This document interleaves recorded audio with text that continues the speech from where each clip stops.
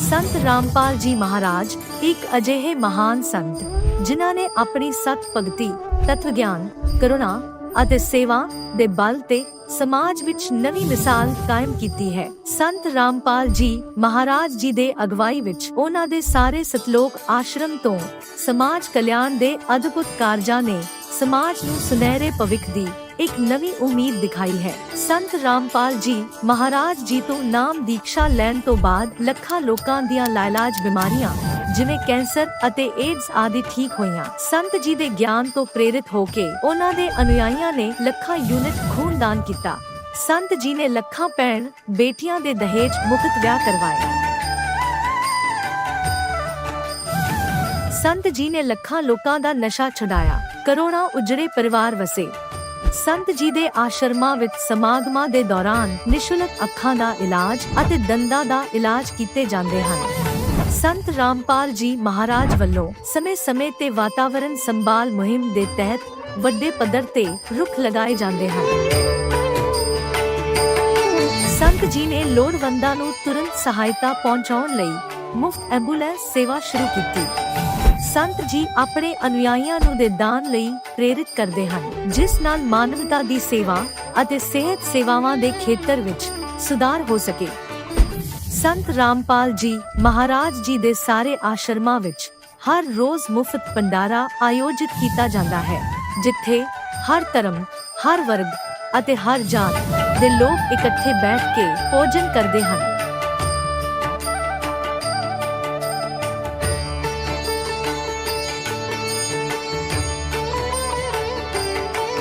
ਸੰਤ ਰਾਮਪਾਲ ਜੀ ਮਹਾਰਾਜ ਦੇ ਆਸ਼ਰਮਾਂ ਵਿੱਚ ਹਜ਼ਾਰਾਂ ਬਜ਼ੁਰਗਾਂ ਨੂੰ ਸਨਮਾਨ ਅਤੇ ਪਿਆਰ ਨਾਲ ਜੀਵਨ ਜਿਉਣ ਦਾ ਮੌਕਾ ਮਿਲਦਾ ਹੈ। ਉਹਨਾਂ ਦੇ ਖਾਣ, ਰਹਿਣ ਅਤੇ ਸਿਹਤ ਦੀ ਪੂਰੀ ਜ਼ਿੰਮੇਵਾਰੀ ਸੰਤ ਰਾਮਪਾਲ ਜੀ ਮਹਾਰਾਜ ਚੱਕਦੇ ਹਨ। ਅਨਾਥ ਬੱਚਿਆਂ ਲਈ ਸੰਤ ਰਾਮਪਾਲ ਜੀ ਮਹਾਰਾਜ ਦੇ ਸਾਰੇ ਆਸ਼ਰਮ ਕਿਸੇ ਵਰਦਾਨ ਤੋਂ ਘੱਟ ਨਹੀਂ ਹਨ। ਇੱਥੇ ਉਹਨਾਂ ਨੂੰ ਪੜ੍ਹਾਈ, ਸੰਸਕਾਰ ਅਤੇ ਭਵਿੱਖ ਲਈ ਬਿਹਤਰ ਮੌਕੇ ਪ੍ਰਦਾਨ ਕੀਤੇ ਜਾਂਦੇ ਹਨ। ਚਾਹੇ ਹੜ੍ਹ ਹੋਵੇ, ਭੂਚਾਲ ਹੋਵੇ ਜਾਂ ਮਹਾਮਾਰੀ, ਸੰਤ ਰਾਮਪਾਲ ਜੀ ਮਹਾਰਾਜ ਅਤੇ ਉਹਨਾਂ ਦੇ ਅਨੁਯਾਈ ਲੋੜਵੰਦਾਂ ਲਈ ਸਭ ਤੋਂ ਅੱਗੇ ਖੜੇ ਰਹਿੰਦੇ ਹਨ। ਕੋਵਿਡ ਮਹਾਮਾਰੀ ਦੇ ਦੌਰਾਨ ਸੰਤ ਰਾਮਪਾਲ ਜੀ ਮਹਾਰਾਜ ਦੇ ਆਸ਼ਰਮਾਂ ਤੋਂ ਕਰੋੜਾਂ ਲੋਕਾਂ ਲਈ ਖਾਣਾ, ਦਵਾਈਆਂ ਅਤੇ ਜੀਵਨ ਰੱਖਿਅਕ ਸਮੱਗਰੀ ਉਪਲਬਧ ਕਰਵਾਈ ਗਈ। ਚਾਹੇ ਗਰੀਬਾਂ ਦੀ ਮਦਦ ਹੋਵੇ ਜਾਂ ਸ਼ੋਸ਼ਿਤ ਅਤੇ ਪੀੜਿਤ ਵਰਗ ਦੇ ਹੱਕਾਂ ਅਤੇ ਸਨਮਾਨ ਦੀ ਲੜਾਈ, ਸੰਤ ਰਾਮਪਾਲ ਜੀ ਮਹਾਰਾਜ ਨੇ ਹਮੇਸ਼ਾ ਹੀ ਉਹਨਾਂ ਦੀ ਦਬੀ ਆਵਾਜ਼ ਨੂੰ ਸਰਕਾਰਾਂ ਤੱਕ ਪਹੁੰਚਾਇਆ ਹੈ ਅਤੇ ਉਹਨਾਂ ਨੂੰ ਉਚਿਤ ਨਿਆਂ ਦਿਵਾਉਣ ਵਿੱਚ ਅਹਿਮ ਭੂਮਿਕਾ ਨਿਭਾਈ ਹੈ। ਸਮਾਜ ਵਿੱਚ ਅਧਿਆਤਮਿਕ ਅਤੇ ਸਮਾਜਿਕ ਮੁੱਲਾਂ ਪ੍ਰਤੀ ਜਾਗਰੂਕਤਾ ਲਿਆਉਣ ਲਈ ਸੰਤ ਰਾਮਪਾਲ ਜੀ ਮਹਾਰਾਜ ਹਰ ਕਦਮ ਤੇ ਮਾਨਵਤਾ ਦੇ ਸੱਚੇ ਸੇਵਕ ਸਾਬਤ ਹੋਏ ਹਨ। ਸੰਤ ਰਾਮਪਾਲ ਜੀ ਮਹਾਰਾਜ ਦਾ ਜੀਵਨ ਸਾਨੂੰ ਸਿਖਾਉਂਦਾ ਹੈ ਕਿ ਸੱਚੀ ਸੇਵਾ ਉਹੀ ਸੇਵਾ ਹੈ ਜੋ ਨਿਸਵਾਰਥ ਭਾਵ ਨਾਲ ਕੀਤੀ ਜਾਵੇ। ਆਓ ਅਸੀਂ ਵੀ ਇਸ ਸੇਵਾ ਦੇ ਮਹਾਨ ਕਾਰਜ ਵਿੱਚ ਇਸ ਮਹਾਨ ਸੰਤ ਨਾਲ ਜੁੜੀਏ ਅਤੇ ਸੰਤ ਰਾਮਪਾਲ ਜੀ ਮਹਾਰਾਜ ਤੋਂ ਨਾਮ ਉਪਦੇਸ਼ ਲੈ ਕੇ ਆਪਣੇ ਜੀਵਨ ਨੂੰ ਧਨ ਬਣਾਈਏ।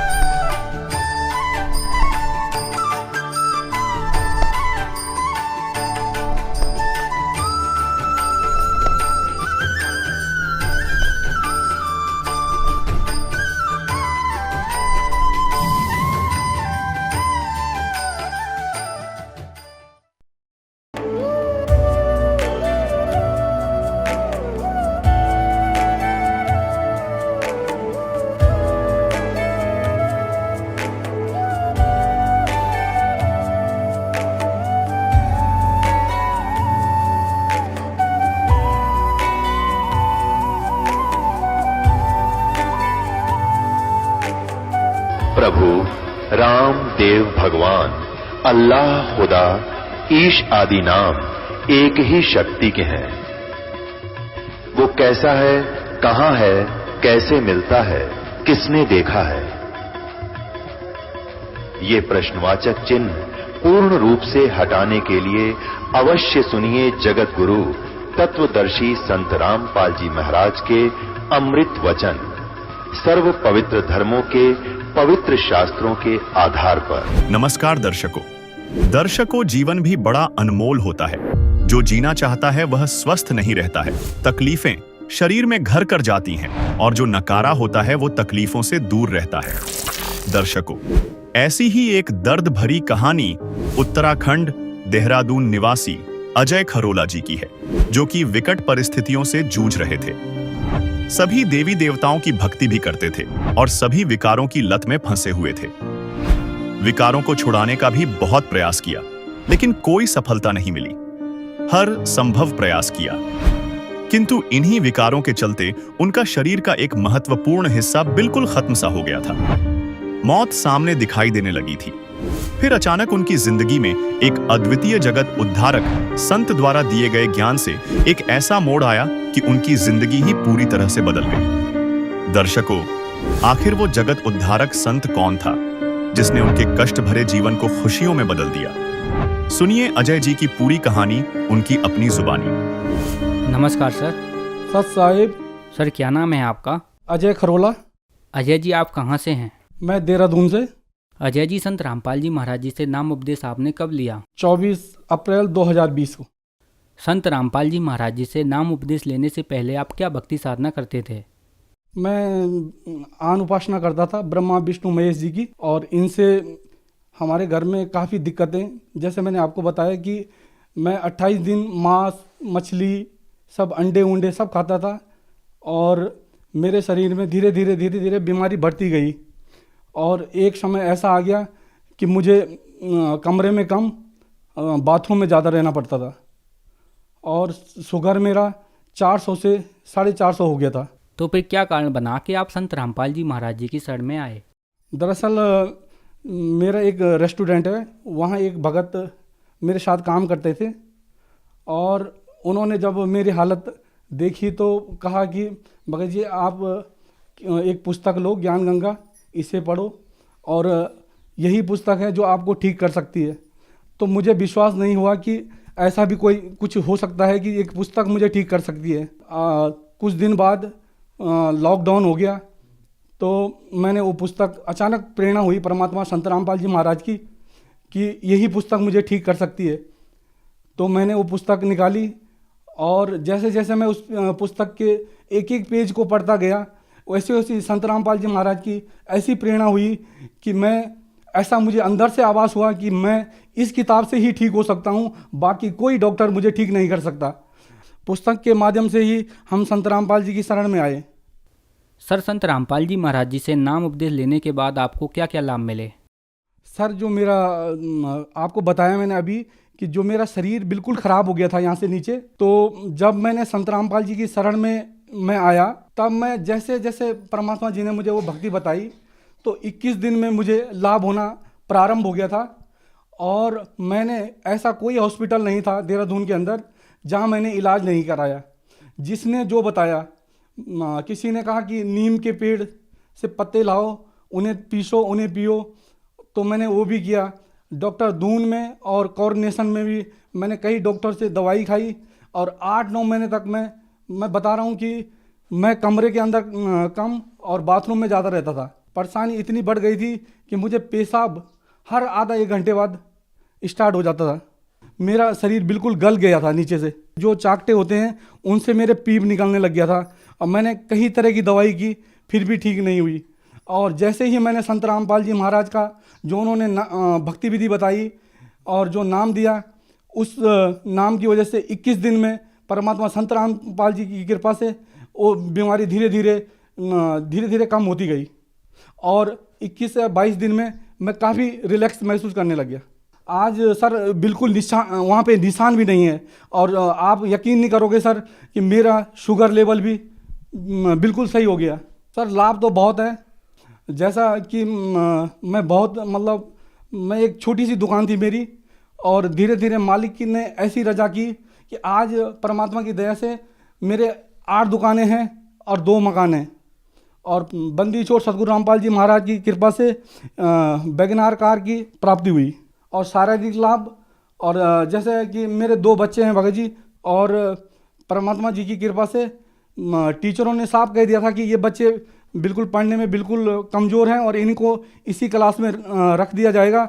लेकिन परमात्मा संत रामपाल जी महाराज की कृपा से जब हमने उनका रिजल्ट देखा तो दोनों बच्चे पास हुए थे।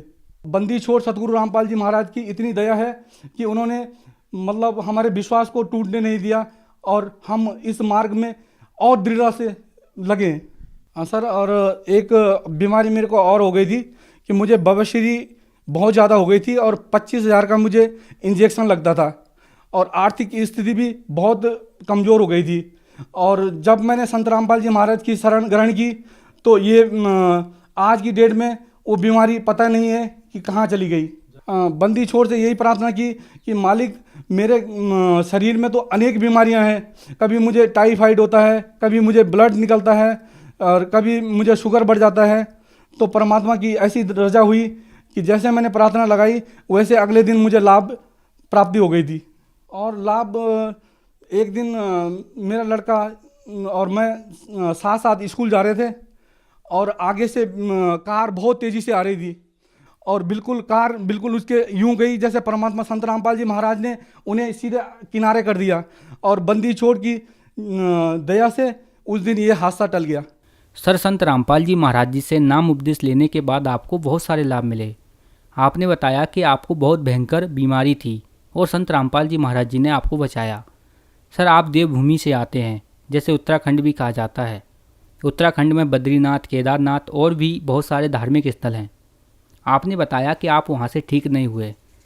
लोग धार्मिक स्थलों पर जाते हैं, तीर्थ स्थानों पर जाते हैं, डॉक्टरों के पास जाते हैं, वहाँ ठीक नहीं होते, लेकिन संत रामपाल जी महाराज जी के पास आकर ठीक क्यों हो जाते हैं? क्योंकि सतगुरु रामपाल जी महाराज शास्त्रों अनुसार भक्ति बताते हैं और जो ब्रह्मा विष्णु महेश जी हैं उनके सही मंत्र बताते हैं कि भक्ति विधि किस तरह करनी चाहिए। परमात्मा जी कहते हैं सतगुरु रामपाल जी महाराज कि तीनों देव कमल दल बसे ब्रह्मा विष्णु महेश और प्रथम इनकी वंदना फिर सुन सतगुरु उपदेश। सर, संत रामपाल जी महाराज जी से कैसे जुड़ सकते हैं?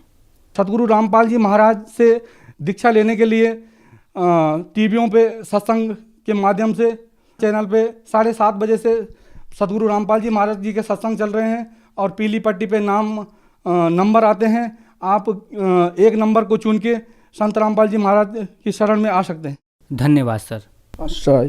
अब जगत गुरु तत्वदर्शी संत रामपाल जी महाराज जी के सत्संग के माध्यम से उस अद्वितीय आध्यात्मिक ज्ञान के बारे में जानते हैं जिसके माध्यम से आप भी प्राप्त कर सकते हैं ऐसे आध्यात्मिक, मानसिक और भौतिक सुख जो अभी तक आपने सिर्फ मीराबाई, ध्रुव, प्रहलाद जैसे कुछ ही भक्तों की जीवन कथा में सुने होंगे।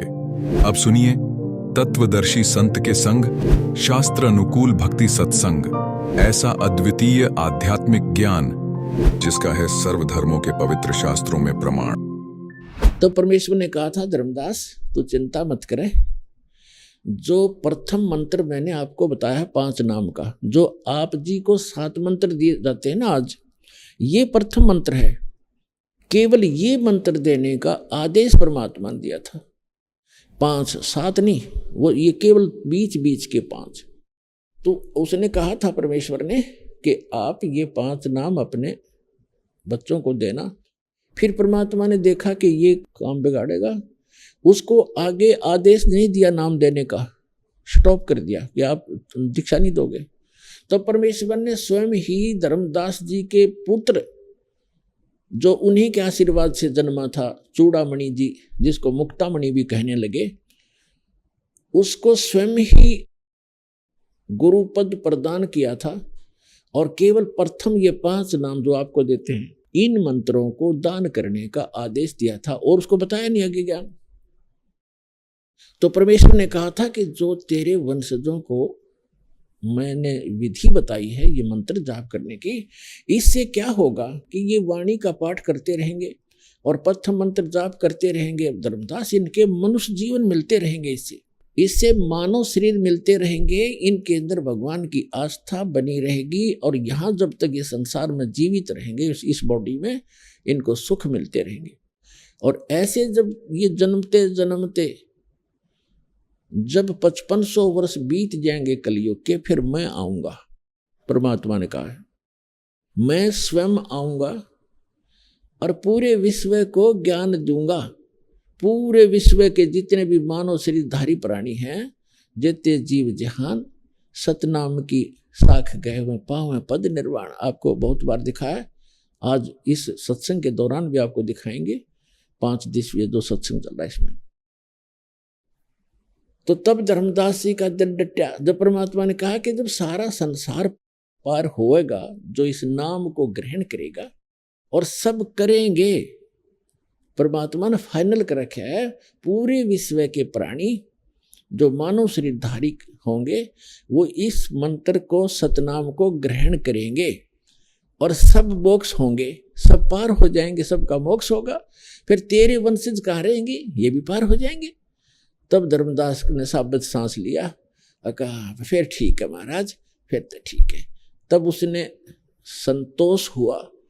तो पुण्यात्माओं, इसलिए ये छुपा कर रखा था, किसी भी महापुरुष को आदेश नहीं था आगे ये नाम सतनाम देने का। दास का जो आध्यात्मिक जन्म गरीब दास पंथ में हुआ, जो 12वां पंथ लिखा है कबीर पंथ, कबीर सागर के अंदर कबीर वाणी नामक चैप्टर में 136 और 37 पृष्ठ में गरीबदास जी के ग्रंथ साहब में कंप्लीट लिखे हैं, लेकिन सारनाम गुप्त है। सतनाम लिखा है स्पष्ट, लेकिन पूरे गरीबदास पंथ में सतनाम का जाप नहीं किसी के पास। मेरे गुरुदेव के अतिरिक्त, मेरे गुरुदेव का 2-3 छोटे छोटे आश्रम थे, सीमित से उनके शिष्य थे, और परमात्मा ने उनको ये प्रथम मंत्र ही दिया करते थे। और जब दास उनके चरणों में आया, दास के ऊपर उन्होंने खजाना खोल दिया और कह दिया था तेरी ही इंतजार थी मुझे। 107 साल के हो गए थे जब दास ने दीक्षा ली उनसे। 107 वर्ष का शरीर था उन मालिक का। तो उन्होंने कहा कि मैं तेरी इंतजार कर रहा था, और ये मंत्र है, ये जाप अभी बताना नहीं, धीरे धीरे बताना, और सारनाम के लिए आगे परमात्मा ही आकर तुझे निर्देश करेंगे तब करना।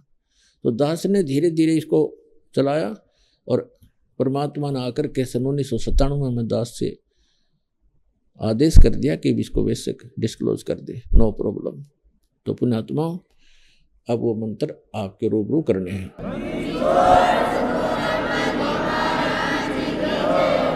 तो किस प्रकार परमात्मा कहते हैं, सोचल छिद्र मैं करूं अपने जन के काज।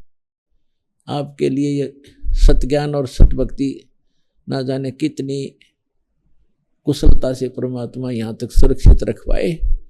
और सौभाग्य आपका, धन्य आपके माता पिता जिनसे जन्म हुआ, आपका मानव शरीर और फिर सतलोक आश्रम वाला प्राप्त, आपको सतज्ञान और सतनाम मिलने जा रहा है, मिल रहा है। तो गदागद दे रहे हम, 4 महीने में ले सकते हो आप, 4 बार हाजिरी लगा के। देखो पुण्यात्मा, आप थोड़ी सी गफलत करते हैं क्योंकि आपकी आदत बिगड़ गई गई बहुत युगों से। आप अपनी चतुरता दिखाते हैं, चतुरता नहीं चले, इसमें समर्पित भाव चलेगा। कई भाई कई बहनें चिंतित होती हैं कि 4 बार 4 महीने में कैसे आएंगे। उसके लिए हमने 1 वर्ष रख दिया।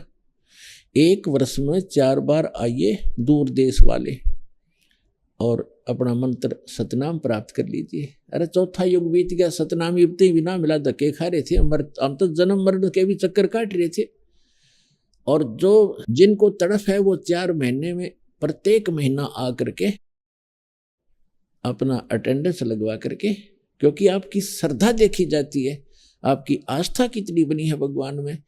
जो 4 बार इतनी तरफ होगी, मैं 4 महीना में 4 बार आके और सतनाम प्राप्त करेगा तो बहुत ही अच्छी लगन है उसमें। ठीक है, दूर देश में है तो वो 3 महीने में 4 महीने में आ सकते हैं, ऐसी बात नहीं। और जिसमें इतनी भी तरफ नहीं है कि भगवान के लिए तो लोगों ने, राजाओं ने राज्य त्याग दिया, जंगल में सूखी रोटी खाकर भगवान पाना चाहा, उनको फिर भी नहीं मिला। और आपको यहाँ 4 महीने में भी नहीं आ सकते तो फिर कहाँ के भक्त हो तुम? विद्यार्थी विद्या प्राप्त करने के लिए, एक रोजी रोटी के लिए 14, 15, 16 वर्ष पढ़ने जाता है स्कूल में, और डेली आता जाता है, डेली, और सारा काम करता है अपने स्कूल का, और तब जाकर के 2 रोटी का साधन बन पाता है मुश्किल से, कोई सर्विस या कोई बिजनेस उसका। और यहाँ परमात्मा पाने के मार्ग में हम ढीले गोड्डे छोड़ देते हैं, कैसे जाएंगे 4 1 वर्ष में? कोई बात हुई यार? इस काम को वो करेगा जो इससे परिचित हो जाएगा। जैसे एक किसान है, इधर हरियाणा के अंदर दास का किसान परिवार में जन्म हुआ इस हरियाणा में, तो हम देखा करते थे हमारे पिताजी और अन्य जो भी गांव के किसान, दिसंबर जनवरी का महीना होता और रात्रि में नहर के पानी का नंबर आता था, वो फिक्स टाइम होता था 1 घंटा या 1.5 घंटा, और उस फिक्स टाइम के अंदर ही वो पानी लगाना पड़ता था, खेत में सिंचाई करनी पड़ती थी। यदि किसी भी कारण से नहीं गया तो वो पानी उसको नहीं मिलेगा, कोई और ही चला लेगा अपने खेत में, और उस किसान का वो खेत खाली रह जाएगा, सिंचाई ना होने से वो व्यर्थ हो जाएगी उसकी फसल। तो इस किसान अपने प्रोसेस से पूरा परिचित होता है और उसको मालूम होता है कि यदि आज रात्रि में, कई बार तो 12 बजे रात के, 1 बजे 2 बजे, किसी का 10-11 बजे नंबर आता था, तो अगर रात को ही चाहे, कई बार हमने देखा ये दिसंबर और जनवरी का मौसम, यानी घोर सर्दी पड़ा करती और ऊपर से छोटी मोटी बादल वर्षा भी, बूंद बांद सी छोटी छोटी जो है फुहार सी भी आ रही होती। हमने देखे हमारे पिता और अन्य गांव के लोग सिर पे चादर सी डाली, कपड़ा ना भीगे, और पहुंच जाते वहां पर शीत लहर चल रही होती, और जा करके उस नहर की उस नाली में वो निकाल कर अपने जूते और टांग के धोती उसके बीच में बढ़ जाते पानी में। हम तो अपने घर में भी रजाई भी ओढ़ लेते हैं, सब खिड़कियां बंद कर लेते हैं और हीटर भी लगाने की चेष्टा करते हैं। उस समय में किसान खेत में खड़ा हो जाता है जा करके, और जो चद्दर ले रखी थी वो भी एक तरफ रख देता है, क्योंकि उसके काम में वो बाधा करती है, कस्सी बजानी पड़ती है, और वो वहां पहुंच जाता है। उसको पता है यदि मैं नहीं जाऊंगा आज तो मेरी खेती नाश हो जाएगी, मेरे बालक भूखे मर जाएंगे, हम भूखे मर जाएंगे, हम निर्धन हो जाएंगे। तो वो परवाह नहीं करता, चाहे नमूनिया हो, चाहे कोई सांप खाए, चाहे कोई कांटा लगे, उस काम को करके छोड़ता है तो सफल होता है, सुखी होता है, उसके बच्चे भी सुखी रहते हैं। तो यही आप जी ने इतना परिचित जो होगा इस मार्ग से, वही इस काम को कर पाओगा, ना लल्लो पत्तो दे करने से परमात्मा नहीं मिलेगा। तो इस प्रकार जो इस तरह परिचित हो जाओगे कि ये काम अगर अब नहीं करा इस मनुष्य जीवन में, आगे ऐसे दुखी हो जाओगे। परमात्मा बताते, नर से तू पशुआ की जय गद्दा बैल बनाई, ये 56 भोग कहा मन बोरे कि तो कुरडी चढ़ने जाई। कलेजा मुंह को आता पुण्यात्मा दास का कि तो ये सतिथि हो जाती है जब ये ज्ञान समझ में आया, और पहले हम क्या उद्देश्य लेकर जी रहे थे, अब पता चलता है कि आज मनुष्य जीवन में हम क्या कितना सुंदर जीवन जी रहे हैं। भूख लगती है, रोटी बनाकर खा लेते हैं या बनी बनाई मिल जाती है, होटल पर खा लेते हैं, चाय पी लेते हैं, काजू किस्मत सेब संतरे खा लेते हैं, लड्डू जलेबी हलवा खीर बनाकर खाते हैं। और भक्ति ना करने से, सत भक्ति ना करने से, उस सतपुरुष परमात्मा की भक्ति ना करने से, कहते हैं फिर आप केवल कर्म फल ही भोगोगे, स्वर्ग में देवता भी बन जाओगे तो भी नरक जाओगे, और नरक के बाद फिर 84 लाख योनियों में भी आपने भटकना पड़ेगा। और इस सत भक्ति के करने से सब बाईपास निकाल देगा भगवान आपको, और सतलोक जाओगे। इसके ना करने से जो इस मनुष्य जीवन को पाकर जो नहीं रटे हरि नाम, और जैसे कुआ जल बिना फिर बनवाया क्या काम। फिर परमात्मा कहते हैं कि नर से मनुष्य से तू फिर पशु बनेगा, नर से तू पशुआ कीजे गद्दा बैल बनाई, और ये 56 भोग कहाँ मन बोरे, कहीं कुर्डी चढ़ने जाइए। ओए होए, आज मानव शरीर है आपको, और आप कितना सुंदर जीवन जी रहे हो।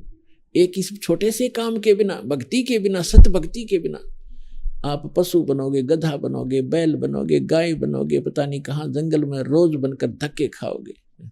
जो जंगल के अंदर ये नील गाय होती है, भटकती फिरती है, पशु पक्षी, कोई भी जीव देख लीजिए, प्रथम तो मनुष्य जीवन ही सुखी नहीं है। मनुष्य से हटकर तो फिर कैर टूट जाता प्राणी का। दूसरे शरीरों के अंदर जब ये प्राणी जाता है। तो क्या बताते हैं कि नरसेती तू पशुआ कीजिए गद्दा बैल बनाई, ये 56 भोग कहा मन बोरे की तकुरडी चरने जाई। फिर क्या बताते हैं, सुखदेव ने 84 भुक्ति बना पजावे खरवो, और तेरी क्या बुनियाद प्राणी तू पेंडा पंथ पकड़ो।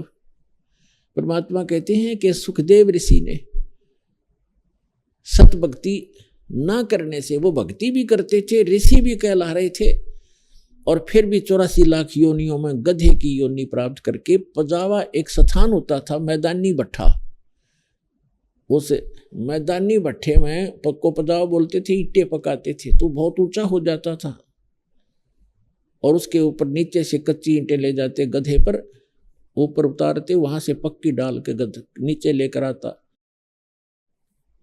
और उसकी कमर टूट गई थी, कमर यानी जख्म हो जाते हैं।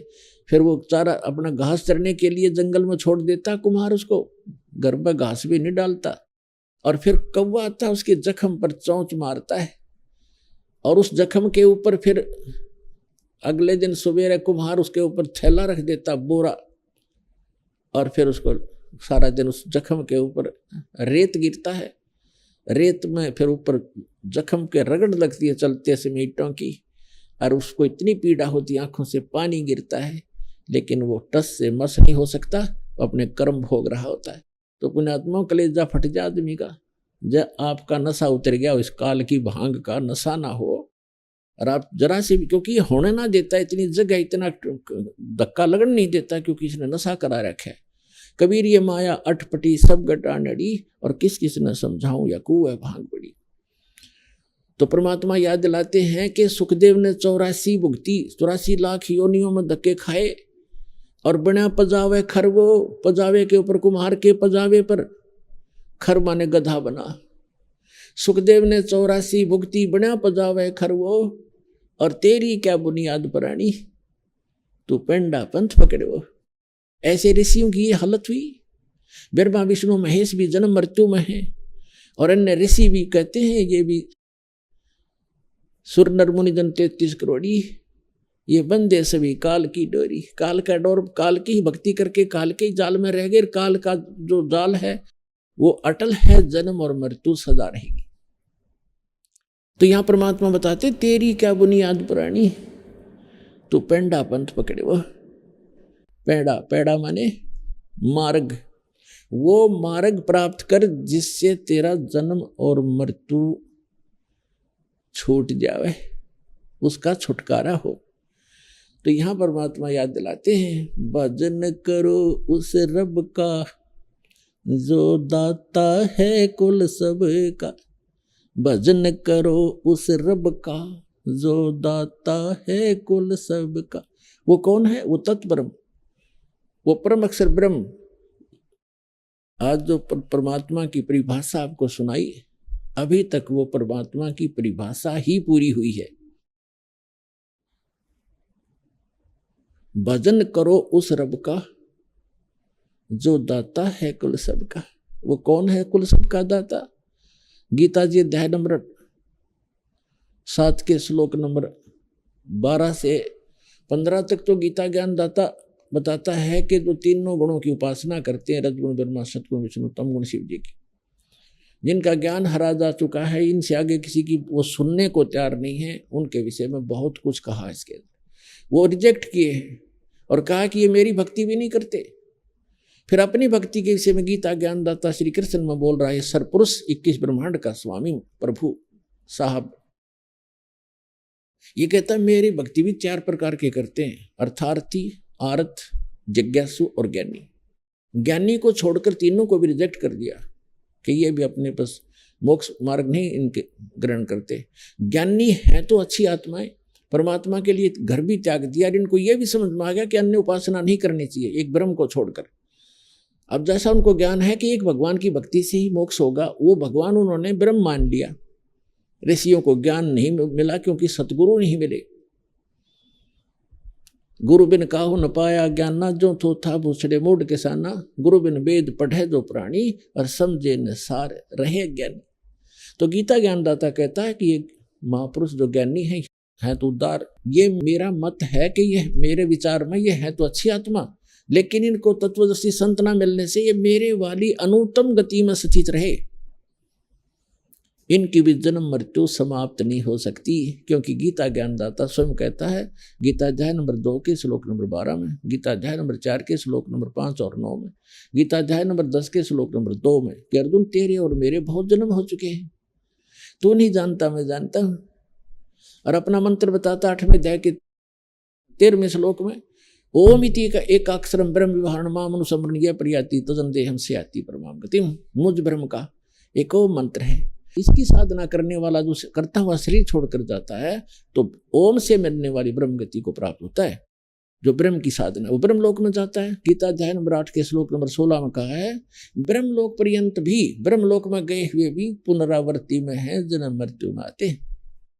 इसलिए गीता अध्याय नंबर 18 के श्लोक नंबर 62 में, गीता अध्याय नंबर 15 के श्लोक नंबर 4 में कहा कि तत्वदर्शी संत की प्राप्ति के उपरांत परमेश्वर के उस परम पद की खोज करनी चाहिए जहां जाने के बाद साधक फिर लौटकर कभी संसार में नहीं आते।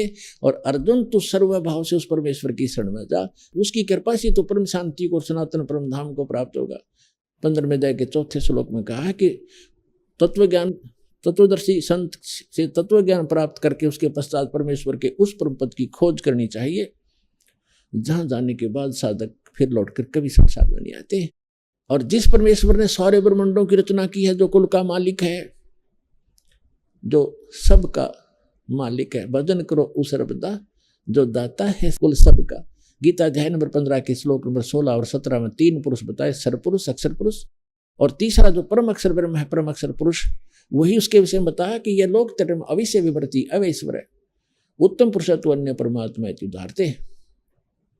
वो उत्तम पुरुष तो कोई इन दोनों से और है, सरपुरुष और अक्षर पुरुष से, वही तीनों लोकों में प्रवेश करके सबका धारण पोषण करता है। तो यहाँ वही बताया गीता अध्याय नंबर 15 के श्लोक नंबर 4 में कि उस जिस परमेश्वर ने सारे ब्रह्मांडों की रचना की है, संसार रूपी वृक्ष, ये उल्टा लटका संसार रूपी वृक्ष जो जिसकी जड़ जो मूल है वो परम अक्षर ब्रह्म समझो, तो पूरे पेड़ को जड़ से ही आहार मिलता है, उसी से उसका पालन होता है। तो मूल मालिक इसलिए कहलाता है कुल का मालिक। भजन करो उस रबदा जो दाता है कुल सबदा, वो सबका दाता है। तो जड़ से ही सारे वृक्ष को आहार मिलता है, तो उस मूल मालिक से ही यहाँ सबकी परवरिश हो रही है, परमात्मा से। अब जो प्रसंग चल रहा है हम उसी पर आते हैं कि जिस परमेश्वर ने सारे ब्रह्मांडों की रचना की है, यानी संसार रूपी वृक्ष की प्रवृत्ति जिससे विस्तार को प्राप्त हुई है, और केवल उसी की भक्ति करो, अपनी भक्ति को भी मना कर दिया उसने, केवल उसकी भक्ति करो। 8वें अध्याय के 1 के उत्तर में बताया है कि परम अक्षर ब्रह्म है। तीसरे मंत्र में कहा है 8वें अध्याय के गीता में कि वो परम अक्षर ब्रह्म है, जिसको जानकर 7वें अध्याय के 29वें श्लोक में कहा है कि जिस तत्ब्रह्म को जानकर प्राणी केवल जरा और मरण से वृद्धावस्था की दुख से और मरण मन मृत्यु के दुख से छूटने का प्रयत्न करते हैं। तो यहाँ गीता ज्ञानदाता 8वें अध्याय के 5 और 7 मंत्र में अपनी भक्ति करने का कहता है कि मेरी भक्ति कर मुझे प्राप्त होगा, लेकिन युद्ध भी करना पड़ेगा। इसलिए युद्ध भी करना पड़ेगा तो शांति नहीं हो सकती। इसलिए 8वें अध्याय के 8, 9, 10 श्लोक में कहा है कि उस परम अक्षर ब्रह्म की भक्ति करेगा, सच्चिदानंद घन ब्रह्म की भक्ति करेगा तो उसको ही प्राप्त होगा और फिर तेरी जन्म मृत्यु कभी नहीं होगी। तो पुण्यात्माओं, अब जो प्रसंग चल रहा था परमात्मा की परिभाषा का आपको पता हो चला, आपको ज्ञान हुआ। आज सबसे पहले दास ने वाणी परमात्मा की के विषय में बोली थी, आगे गए ना बावड़े रोते भी सब जाही, बिन साहेब की बंदगी कहीं ठोर ठिकाना नहीं। पहले चले गए उन्होंने तो हमें कुछ ज्ञान बताया नहीं, उनके साथ क्या बीता, कहाँ गए, पशु बने, पक्षी बने, स्वर्ग गए, नरक गए, और रहते भी सब जहाँ शेष बचे वो भी ऐसे ही चले जाएंगे। बिन साहेब की बंदगी कहीं ठोर ठिकाना ना। साहेब माने परमात्मा की, सत्य पुरुष की। अब साहेब माने भगवान, अल्लाह, खुदा, रब, स्वामी, मालिक। अब कौन से मालिक की, कौन से रब की, कौन से साहिब की भक्ति करोगे ये आपको बता दिया गया है। भजन करो उस रब दा जो दाता है कुल सबका। कुल सबका कौन दाता है ये डिफाइन हो चुका है। अब वो परमात्मा स्वयं आते हैं और जैसा आपको बताया कि अच्छी आत्माओं को मिलते हैं तीसरे प्रकार की स्थिति में, और प्रथम प्रकार की स्थिति में तो वो सतलोक में रहते हैं। दूसरे प्रकार की स्थिति में वो एक नवजात शिशु का रूप धारण करके और प्रत्येक युग के प्रारंभ में किसी कमल के फूल पर आकर विराजमान होते हैं। कमल का फूल जल में होता है, इसलिए परमात्मा नारायण कहलाते हैं। नार माने जल, आयन माने आकर विराजमान होने वाला, आने वाला। तो वास्तव में नारायण परमात्मा कबीर जी हैं। अब जैसे ये और भी नारायण कहलाते हैं, थोड़ी बहुत देर से सैया पे लेट के भगवान विष्णु जी को भी नारायण कहने लग गए। इनको भगवान भी कहते हैं, इनको स्वामी भी कहते हैं, लेकिन वास्तव में स्वामी कौन है ये आपको परिभाषित कर दिया। अब वो परमात्मा कहता चारों युग में संत पुकारे और कूक कहा हम हेल रे, हीरे माणिक मोती बरस ये जग सुगता ढेल रे। चारों युग में संत पुकारे। कौन संत? जिनको परमात्मा मिले, उन्होंने वही ज्ञान सुनाया, सबको सच्चा ज्ञान बताया, परमात्मा की स्थिति से परिचित कराया, और जगह जगह जा करके उन्होंने ढोल के डंके पे कहीं भी खड़े होकर के किसी भी साधु संत से या भक्तों से चर्चा किया करते थे। खड़े होकर अपने शब्द उच्चारण करने लग जाते थे, ज्ञान प्रचार करते थे। भगवान भी ऐसे ही करते थे। ऋग्वेद मंडल नंबर 9 सूक्त 94 के मंत्र 1 में कहा कि वो परमात्मा जब यहाँ पृथ्वी पर आता है और एक कवियों जैसा आचरण करता हुआ घूमता फिरता है, लोकोक्तियों के माध्यम से ज्ञान बोलता है, दोहों के माध्यम से। ऋग्वेद मंडल नंबर 9 सूक्त 96 के मंत्र 16 से 20 में भी यही प्रमाण है कि वो कबीर देव, कबीर साहब नाम है उसका, और अपनी कबीर वाणी के द्वारा लोकोक्तियों के माध्यम से, दोहों के माध्यम से, शब्दों के माध्यम से, और ये जो शब्द सुनाते हैं राग पद्य भाग में, इनके माध्यम से ऊंचे स्वर में बोल बोल कर आवाज घूमता फिरता जैसे कवि आचरण करते हैं ऐसी लीला करता है। लेकिन वो भगवान होता है। वो कवियों में से भी एक कवि, प्रसिद्ध कवि की उपाधि भी प्राप्त करता है, लेकिन वो परमात्मा होते हैं। तो वो परमेश्वर आते हैं, क्या कहते हैं? चारों युग में मेरे संत पुकारे और कूक कहा हम हेल रे। हम सब ने मिलकर, मैंने भी और मेरे बच्चों ने आपको समझाने के लिए जोर जोर से आवाजें लगाई। कूक कहा हम हेल रे, हीरे माणिक मोती बरसे। हम तो हीरे मोती की जो है ना वर्षा कर रहे हैं, तत्व ज्ञान रूपी हीरे मोती, सतभक्ति रूपी हीरे मोती जो तुम्हें मोक्ष देंगे। आप इनको स्वीकार ना करके आप डड़े कंकर पत्थर इकट्ठे कर रहे हो, आन उपासना करके, अन्य देवताओं की, अन्य भगवानों की पूजा करके, प्रभुओं की पूजा करके आप मोक्ष से वंचित रह जाते हो। आगे चल के आपके संग्रहित भक्ति धन का कोई लाभ नहीं होता, क्योंकि वो बहुमूल्य नहीं होती, वो कंकर पत्थर होते हैं। तो परमात्मा का ये समागम जो चल रहा है किस उपलक्ष्य में है कि वो परमात्मा यहाँ आते हैं, अपने बच्चों को ज्ञान सुनाते हैं, लेकिन हम अज्ञान से इतने अंधे कर दिए जाते हैं। अज्ञानी संतों, काल प्रेरित इन ऋषि महर्षि आचार्यों और शंकराचार्यों द्वारा हम पूर्ण परमात्मा की भक्ति ना करके अन्य देवताओं की या अन्य तीर्थ और मूर्तियों की पूजा पर लगे रहते हैं। हम अपने सदग्रंथों से भी अपरिचित होने के कारण भगवान को पहचान नहीं पाते थे। तो अब परमात्मा ने रजा की, आपको शिक्षित किया, इस दास को सर्व ज्ञान संपन्न किया और ऐसे इंस्ट्रूमेंट बना दिए कि अब कोई ये नहीं कह सकता कि रामपाल झूठ बोल रहा है, इसलिए सब चुप हैं। अब सबके ज्ञान की खाल तार दी दास ने, सबका ज्ञान दिखा दिया कि ये भी गलत बता रहा है, ये ऐसे बोल रहा है, वेद ऐसे बताते हैं, ये गीता को श्रोधार्य मानता, गीता जी ऐसे बताते हैं, ये ऐसे बताता है। और जो पुराणों को मानने वाले, पुराणों का से परिचित नहीं, वो झूठ बोलते हैं, देखो पुराणों में क्या लिखा है।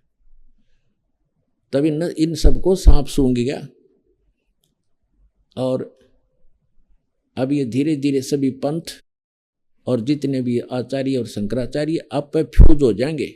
जितने भी संत पंथ हैं, इनका ज्ञान आपको सामने रूबरू कर दिया।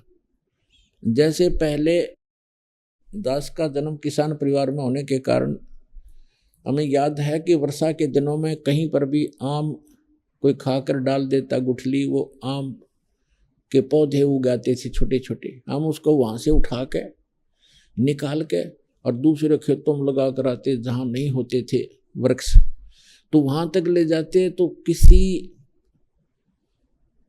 पौधे की मिट्टी हट जाती जड़ों से, तो दूसरा साथी कहा करता तेरा ये पौधा ना उगे, ये लगे नहीं, क्योंकि भगवान ने, राम ने जड़ देख ली इसकी, राम ने जड़ दिखेगी। और वो ऐसे होता था क्योंकि 1-1.5 घंटा दूसरे खेत में जान में लगता, वहाँ लगाते वो सूख ही जाता था, दूसरे लग जाते थे।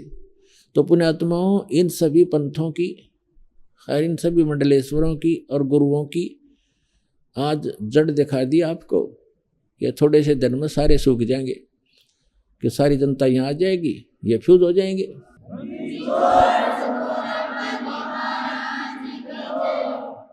तो परमात्मा क्या बताते हैं? सतयुग में सत सुकृत कह टेरा, त्रेता नाम मुनींदर मेरा, द्वापर में करुणा में कहाया, और कलयुग नाम कबीर धराया। चारों युग में आता हूं मैं। सतयुग में सत सुकृत नाम से, त्रेता में मुनींदर नाम से ऋषि कहलाए, द्वापर में करुणा में नाम से, और कलयुग में कहते कबीर नाम से आता। अब सत्सुकृत नाम से जब परमात्मा आए उस समय एक कमल के फूल पर विराजमान हुए। ये तो उनकी एक स्थायी लीला होती है, प्रत्येक युग में करते हैं। सतयुग में परमात्मा आए, सत्सुकृत नाम से प्रसिद्ध हुए, और एक विद्याधर नाम का ब्राह्मण, दीपिका उसकी पत्नी, दोनों, उनके संतान नहीं थी, उम्र भी काफी हो गई थी 50-60 के आसपास, और उनको परमात्मा कमल के फूल के ऊपर एक सरोवर पर मिले थे, बालक रूप धारण करके, जैसा वो लीला करते ही करते हैं, शिशु रूप धारण करके आते। तो वो घर पर ले गए उठा करके। कई दिन तक उन्होंने अन्नपान कुछ नहीं किया, जलपान नहीं किया, चिंतित हुए। फिर परमात्मा ने स्वयं ही उनको कहा कि कंवारी गाय लाओ मेरे लिए। अब कंवारी गाय लाई गई बछिया, उसने दूध देना शुरू किया। उससे परमात्मा ने दूध पान प्रारंभ किया, क्योंकि कंवारी गाय एक पवित्र गाय मानी जाता है, पवित्र पशु, और उससे परमात्मा सतलोक से दूध भेजते हैं अपना। पुण्यात्मा, अभी तो विज्ञान ने इतना ही जो प्रोग्रेस की है कि एक स्थान से दूसरे स्थान पर सारी फिल्म भेज देते हैं, और परमात्मा मटेरियल भी भेज देता है। ऐसे ही वो साइंस वाले कभी नहीं कर पाएंगे। तो कहने का भाव ये है कि उस परमात्मा ने सतलोक से दूध मंगाया कंवारी गाय के अंदर, और वो पिया करते थे।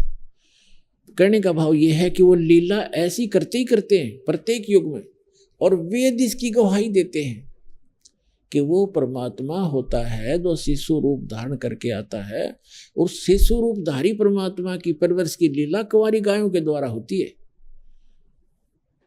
अब सतयुग, त्रेता, द्वापर की तो कोई कथा परमात्मा के प्रमाण हमारे पास है नहीं जो आपको याद हो गए, और ऐसा कोई उन समय की वाणी नहीं, क्योंकि ये नष्ट करवाते रहे साथ के साथ। अब ये कलयुग के अंदर परमात्मा ने जो वाणी बोली है और धर्मदास साहिब ने लिखी है, वो आज भी कबीर सागर, कबीर साखी, कबीर बीजक और कबीर दोहाली शब्दावलियों के माध्यम से हमारे पास उपलब्ध है। कबीर सागर के अंदर ये जो का तो परमात्मा का वर्णन है, उसमें 600 वर्ष पहले भी इस युग में भी ऐसा ही किया उसने, प्रत्येक युग में करते हैं। तो इससे वो भी समझ में आएगा पीछे वाला। और कबीर सागर के अंदर वो पिछले प्रमाण हमारे यहाँ लिखे हैं सारे, सतयुग के भी, त्रेता के भी, द्वापर के भी और कलयुग के भी। तो लेकिन जो कलयुग के अंदर दास बता रहा है और जो हमारे वेद भी बता रहे हैं, तो वो दोनों मिलते हैं कलयुग वाले।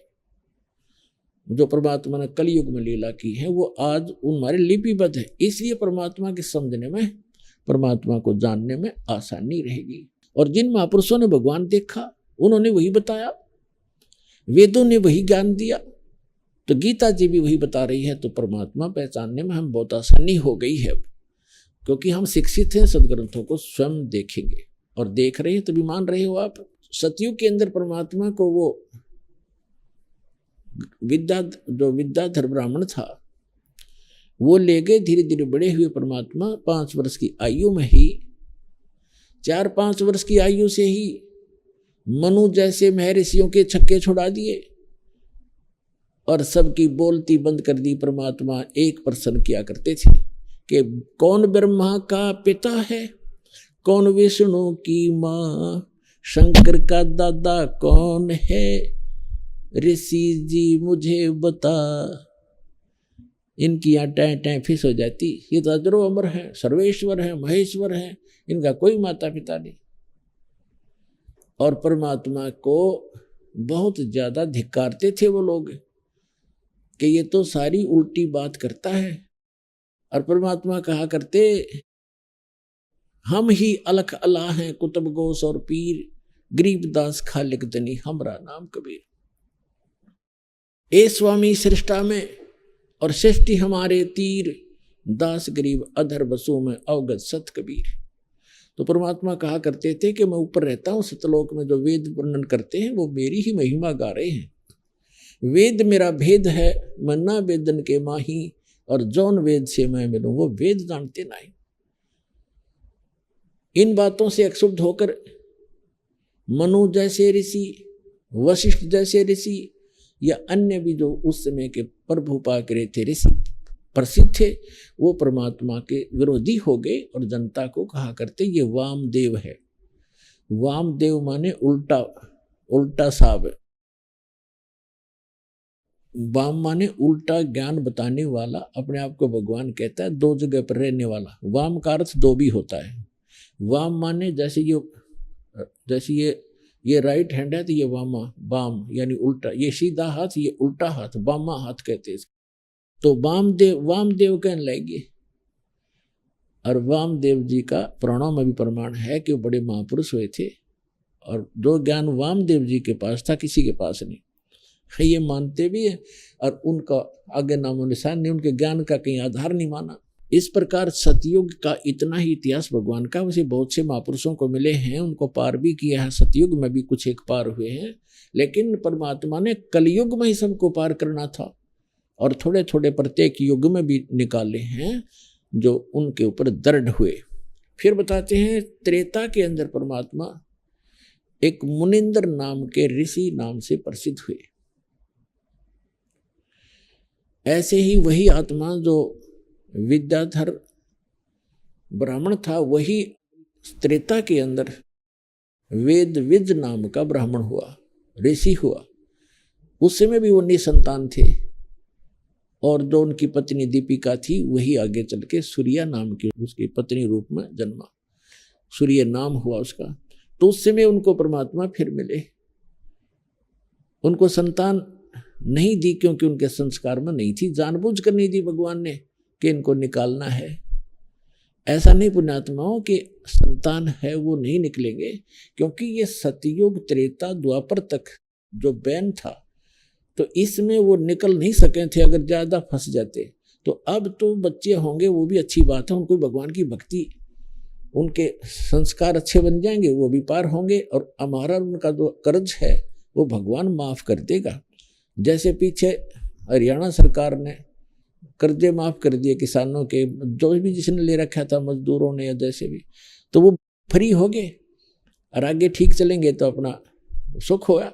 ऐसे ये परमात्मा भी अपने बच्चों का, ये जो आपका एक दूसरे का कर्जा है, बेटा बेटी बनकर आए हैं, कोई पिता बनकर आया है निकम्मा है, पिता शराब पीता है, बेटा कुमावा है, और ना उसको नहीं खाने पीने को दे तो शोर मचावे बुढ़ा, लोग नो कहें अपने पिता की सेवा नहीं करता, शर्म के मारे न उसको देना पड़ता है। तो वो पिछले जन्म में बेटा ले रखा है उसने कर्जा, वो पूरा कर रहा है। सुखदेव ऋषि ने कहा था जब अपने पिता जन्म लेते ही उठकर चल पड़ा, माँ के गर्भ से 12 वर्ष की आयु का शरीर बन गया, और वेद व्यास जी उसके पिता कहने लगे बेटा दर्शन तो दिखा दे, रसकल तो दिखा दे, तेरी 12 वर्ष बाट देखी, इंतजार की मैंने।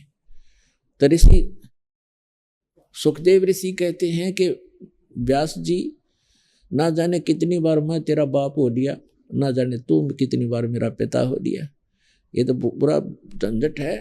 अब मैं इस मोह में फंसूँ नहीं, तेरी तरफ देख लूँगा, मेरी आस्था पिता रूप में हो जाएगी। आप तो ग्रस्त हैं ही इस कीचड़ में। यूँ कह करके वहाँ से अंतर ध्यान हो गया, आकाश में उड़ गया। ऐसी सिद्धि थी पिछले जन्म के संस्कार, बैटरी चार्ज थी इसकी, लेकिन पार नहीं हो सका था जब तक सच्चा नाम नहीं मिलेगा। तो कहने का भाव ये, जब उसने कहा था, सुखदेव ऋषि ने कहा था, एक लेवा एक देवा दूतम, और कोई किसी का पिता नहीं पूतम। ऋण संबंध जुड़ा एक ठाठा, एक ऋण के आधार से, ऋण संबंध से हमारा ये संस्कार जुड़े हुए हैं। हम एक परिवार का तो अपने ठाठ दिखाई देते हैं। ऋण संबंध जुड़ा एक ठाठा, अंत समय सब 12 बाटा।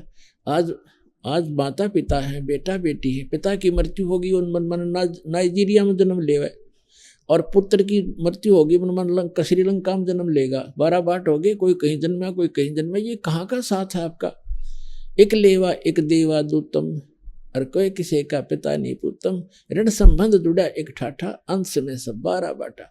तो पुण्यात्माओं, यहाँ ये नहीं सोचना कि बच्चों को छोड़ दें, पत्नी को छोड़ दें, पति को छोड़ दें, नहीं। जो कर्ज किसी से ऋण दे रखा है और वो लोन देता नहीं तो महानकम्मा आदमी होता है। उसने अपना ऋण सहर्ष उतारना चाहिए, छोड़ के भागने से कोई लाभ नहीं होता। और अब परमात्मा का साथ मिल गया, आपको ऐसा बिजनेस मिल गया कि आपकी कमाई इतनी हो जाएगी कि आप आसानी से ऋण उतार सकोगे।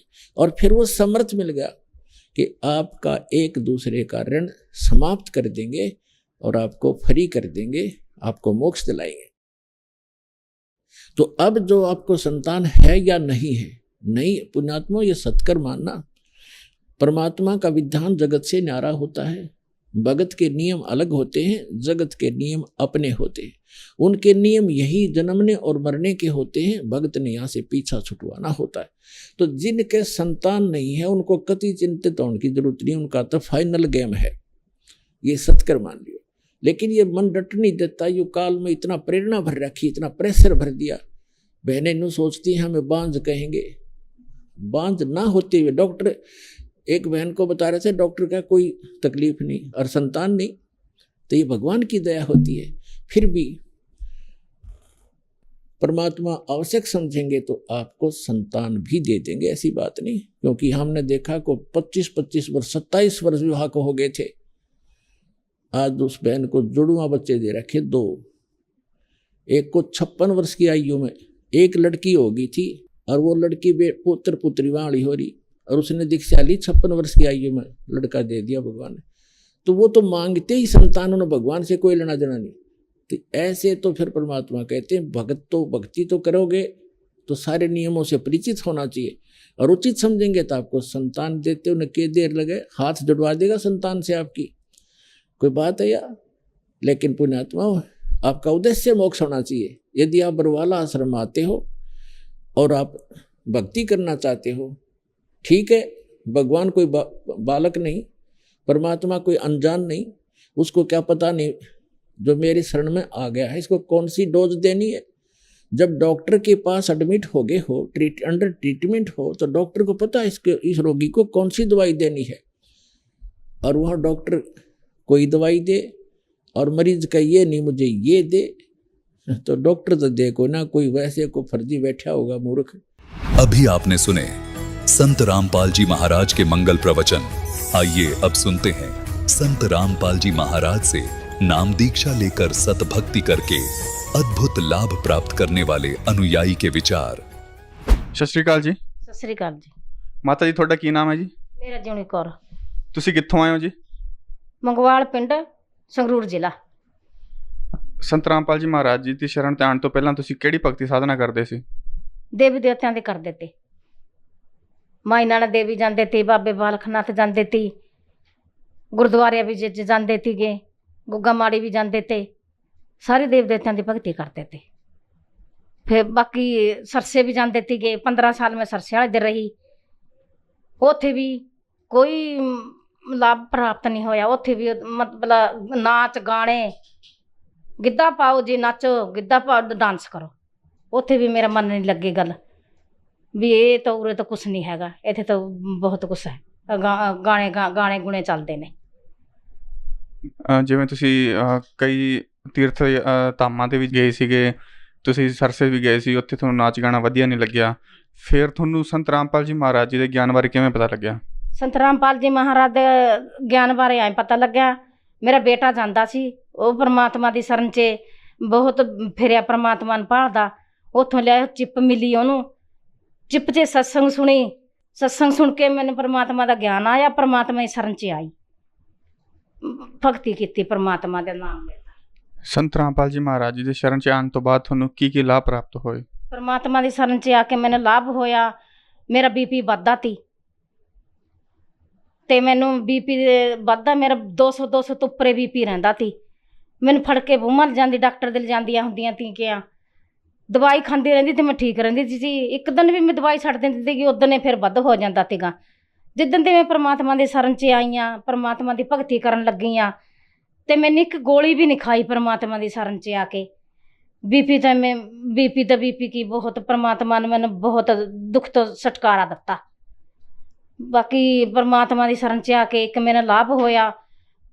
ਆਪਣੀ ਪਾਣੀ ਵਾਲੀ ਮੋਟਰ ਖਰਾਬ ਹੋ ਗਈ ਸੀਗੀ ਤੇ ਪਾਣੀ ਬਹੁਤ ਖਰਾਬ ਆਉਂਦਾ ਸੀਗਾ, ਤੇ ਉਹ ਪੋਤਾ ਸੀਗਾ ਮੇਰਾ, ਪੋਤਾ ਕਹਿੰਦਾ ਵੀ ਸਵੇਰ ਨੂੰ ਅਸੀਂ ਖੜ ਗਏ ਉੱਥੇ, ਮੋਟਰ ਚਲਾਈ, ਬਹੁਤ ਪਾਣੀ ਖਰਾਬ ਆਇਆ। ਨਾ ਉਹ ਨਹਾਉਣ ਦੇ ਕੰਮ 'ਚ, ਨਾ ਕੱਪੜੇ ਧੋਣ ਦੇ ਕੰਮ ਸੀਗਾ, ਪੀਣ ਦੇ ਤੇ ਕਿਤੇ ਪਰਮਾਤਮਾ ਨੇ ਆਰੋ ਲਵਾਤਾ ਸੀਗਾ।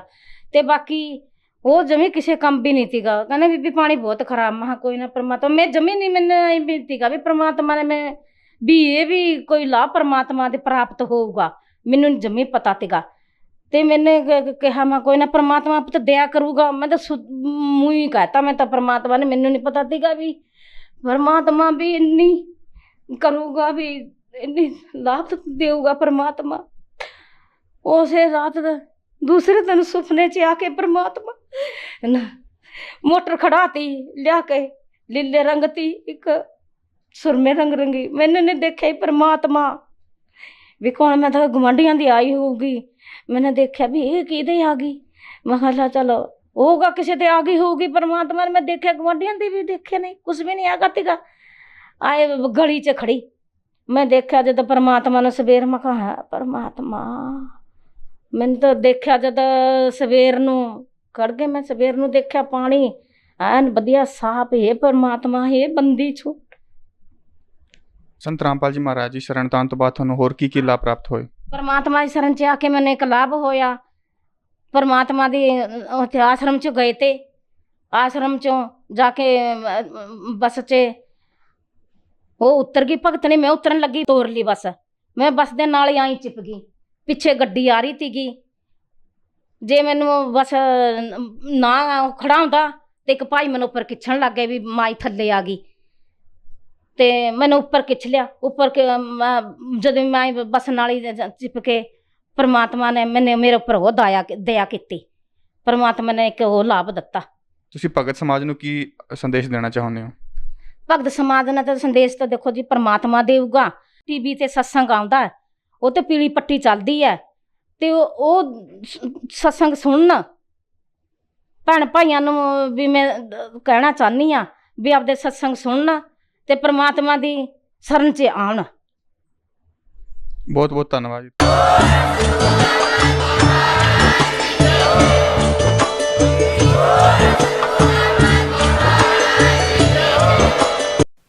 आप सुन रहे थे जगत गुरु तत्वदर्शी संत रामपाल जी महाराज के मंगल प्रवचन। अधिक जानकारी के लिए संपर्क करें।